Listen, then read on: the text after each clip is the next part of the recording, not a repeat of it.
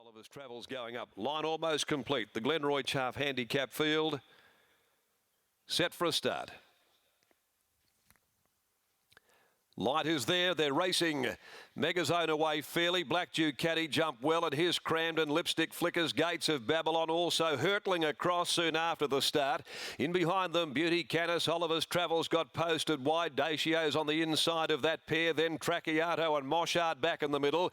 Solid Az's down near the rails early on. Belmai Pago 3 deep in the second half with Megazone, who dropped out soon after the break, and back with it Pearl Trade. At the 700, Cramden was able to cross onto the fence, settles there about a length in front from Gates of Babylon. Black Duke Caddy beautifully placed third into the home corner from Lipstick Flickers. Oliver's Travels is tramping wide on the course, and then Dacio near the fence. Back in the middle came Beauty Canis. Around the outside then is Tracciato. Moshard, Belmai Pago a long way back, and so Solid as a Cramden wheels into the home straight. He's trying to get out behind them with Black Duke Caddy. Bump there with Gates of Babylon, but now got the split. Lipstick Flickers joins in. Dacio near the rail. Black Duke Caddy at the 100. Lipstick Flickers out near the middle of the track, but it's Black Duke Caddy. He kicks away now, Black Duke Caddy, and goes on to win it well. Black Duke Caddy from Lipstick Flickers. Bob of the Heads third between Solid Azza or Gates of Babylon. Megazone came with a rush late. Pearl Trade made ground. Moshard behind them. Dacio Cramden.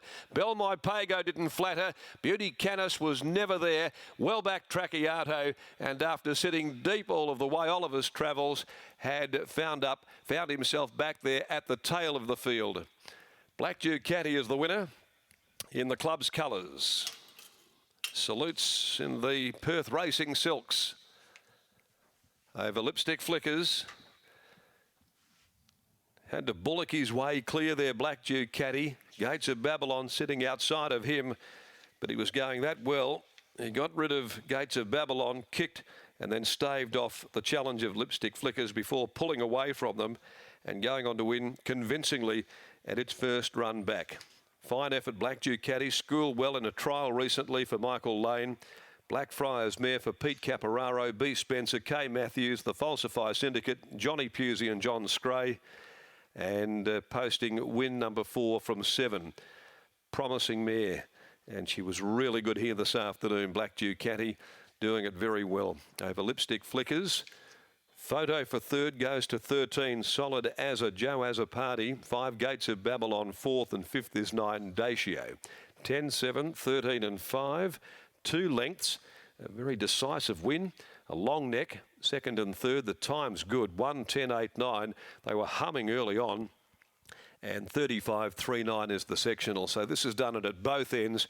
Had to shift a horse out of the road to get clear. Been a very, very good performance.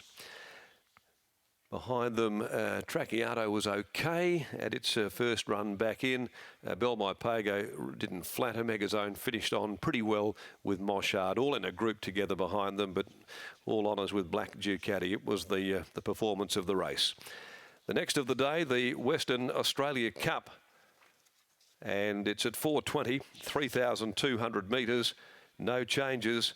I'm going Lord Fandango, the widely travelled Lord Fandango, to beat Spiritual Warrior, who's in form chasing the Autumn Pinjarra and WA Cups. 7 He's a Parker, and my roughie 11 Stafford's Lad. 2-1-7-11.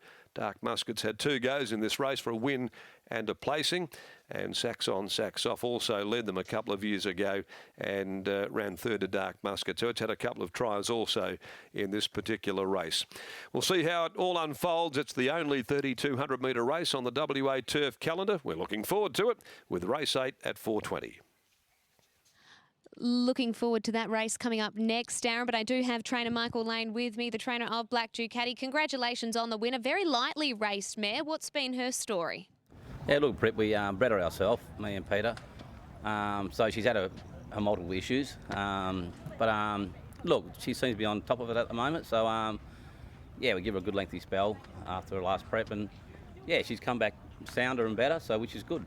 Coming out of that most recent trial, did you come here today with a fair degree of confidence? Yeah, look, she had a little bit of time out, but I kept it pretty light in the paddock on purpose. So, yeah, look, the trial was really good, and she'd come on since the trial. And like I say, she's probably the soundest she's been today she's ever been. So. How are you feeling coming into the corner when you could see the horse travelling full of running? Chris just needed that out.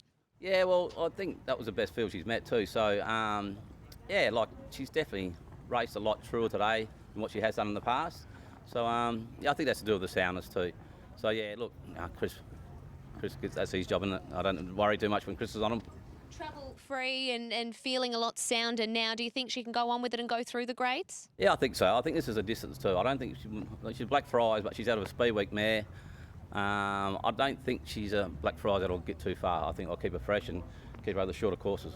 Looking forward to what she can do for the remainder of the preparation. Well done. Thanks a lot. Michael Lane, speaking about Black Ducati, a nice performance there. And Scott, Chris Parnham was just waiting for that run. And as Darren said, just sort of bollocked his way clear, and the mare took care of the rest. Absolutely, Britt. She looked the goods at the trials, and she just had to get off the heels of Cramden, who was just starting to tire in front of him. But once she saw daylight, she was a very impressive mare. And speaking of that family for Michael Lane, we saw UMI last week as the half, and the first one, Spin to Wheels. He was a hard-spun gelding. He was a ripper. He won as a 2-year-old, and he won as a 7-year-old, and he had around 60 starts. So they've had a wonderful association with the family, the Capararos, and also the Lane family, and this looks like another one on the up. Well, it's always just that extra bit satisfying, I think, when they've bred them themselves. So a really nice performance there. 10, 7, 13 and 5, the numbers out of race 7 at Ascot. Coming up next is the Western Australian Cup. It's over 3,200 metres.